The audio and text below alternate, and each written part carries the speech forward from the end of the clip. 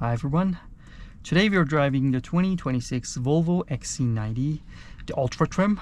So Volvo XC90 is just the top of the line SUV offered by Volvo, and what we have today is just the Ultra Trim plug-in hybrid, meaning that it has tons of power, and it's just definitely the case. Here we have a 2-liter turbocharged engine with 2 electric motors combined, making 455 horsepower and 540-ish pound-feet of torque, which is just a crazy amount of power for an SUV. I mean, it's just not a small SUV, but it just makes a ton of torque and horsepower, which is amazing. We will see throughout this test drive that this car has no issues going any speeds at all. And because it's a plug-in hybrid, you can just completely put it on hybrid mode, on electric mode. See, if you just put it in pure, right now the battery is not charged enough, but if you just put it in a pure mode, then you'll just get full electric range, which is going to be around 50 kilometers. But right now, as we're just driving at low speeds, one thing that I absolutely love about this car is just absolutely quiet inside. There's no noise at all, and it's extremely soft. I mean, the suspension, the chassis on this one is so refined to give you the most comfortable, most luxurious ride that you expect from 100,000-ish color. But as soon as you put your foot on the gas, this car can move. I mean, this car has 550 40-ish torque, which is ton of power. I mean, this car competitors are just BMW X5, Lexus TXs and stuff, and only the BMW has kind of a close amount of power. So this is just one of the most powerful SUVs on the market in its segment, like a 7-seater, which is crazy, like so much power. And getting up to speed is so good because the engine is, the brake feel is good, the engine is not shaky at all, and because it's a hybrid engine, it's just charging the, electric motors are well, getting you a great fuel economy. And these kind of plug-in hybrids from Volvo, it is shared with the Volvo XC60, like they're just sharing the same amount of horsepower and torque and everything, but you get less range, pure electric range in this one, because again, it's a 200 kilograms, like heavier vehicle, so obviously you get less amount of range on this one, but it's still like 50 kilometers is good. If your commute is just close to that, then you won't need to fill up this car at all. You just charge it and go, and which is like amazing. And if you just battery completely depletes, the fuel economy is still okay. This is 10 around the city and could be around like 9-ish or 8.5-ish on the highway, which is still like pretty decent. This is not horrible fuel economy that you get on these cars. And one thing that I love about Volvos is that on the gauge cluster you can see that you are getting close to a camera, which is something that I haven't seen any other car or brand offer the same thing. You're just seeing that how far you are from a speed camera, which just makes it more comfortable to drive. This steering wheel is actually so light, like Volvos, to just make the experience so refined and so smooth. They were just always making their steering wheel so soft. But it's not always the case. You can always also just change how the steering wheel feels. You can have the soft or firm. If you want something a little bit firmer, you can just do that, or if you're happy with the soft steering wheel, you can just go with that as well.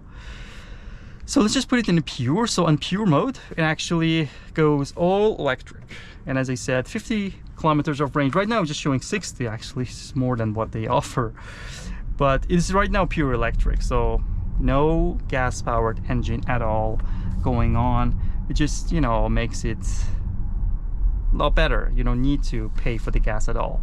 And even for these electric mode, like we just floor it, the car can still move. Obviously the power will be reduced, but it's still lots of power to go. I actually just turned on the gas engine because I was just pushing it too much, but if you just drive slowly, a little bit slower than what I was doing, it is extremely good. You are just in pure electric and 59 kilometers of range.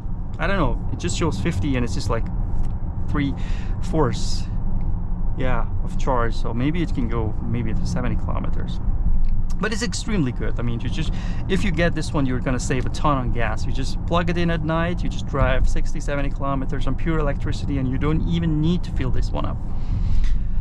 I mean, in general, to sum it up, like this powertrain, the power delivery and everything is so smooth and so refined. I mean, there's no complaints about that. The Volvo actually nailed it with this powertrain, which they were just putting it on XC60 as well. Like these plug-in hybrid, they were just flawless. Lots of power, great fuel economy and everything. It's so good. So putting this performance stuff aside, we have all the active safety features we expect from Volvo to have, like a very refined, very, you know, kind of a safe vehicle to drive, and definitely this is the case here. So we have all these safety features like lane keeping assist, adaptive cruise control, cross traffic alert from the back, and a brake on the front, and everything. Like even a pedestrian detection is available on the Volvos. They're just, you know, putting safety as their top priority all the time, and they're just offering all the safety features on their car. So, and just, you know, activating them is just a push of a button. You just push this button on the middle and, you know, changes the speed, and this car drives by itself. You don't need to do anything else. You just, and it works on any speed, no strings attached, and even on heads-up display you can see, if I hope it's visible on the bottom left, which is showing that kind of a yellowish steering wheel, that these cars actually activated, these systems are activated. And, you know, this is just right now driving by itself, keeping the distance with the vehicle in front of me, and as soon as it just goes away, and this steering also vibrates if you're just going out of the lane, which is pretty good. Going any speed is no issues at all, and the systems are actually working very well. I love Volvo's just systems because they're just, you know, very simple to operate, very intuitive, like a couple of buttons here, and it just works extremely well. And you can just change the distance here as well. The only complaint could be that these heads-up displays just a little bit, I don't know, simple compared to the BMWs or Audi's Q7-ish things. They're just more sophisticated, they're just offering more things. And this gauge cluster, I mean, no complaint, this is so good, but it is just actually, you know, not as good as Audi ones. They were just showing the vehicle surrounding you, more customizations and stuff. This one doesn't offer that for sure. BMWs even, they have this augmented view and stuff. So this is only like 2 views. I mean, I love having the map, it's so good, so big. The contrast and everything is so good, but the only complaint could be that, you know, it's just not that configurable. I wish I could just change, I don't know, the design or something. It's not, it's always like that, and this heads-up display is actually just a little bit simple in compared to what Audi offers, which is just crazy.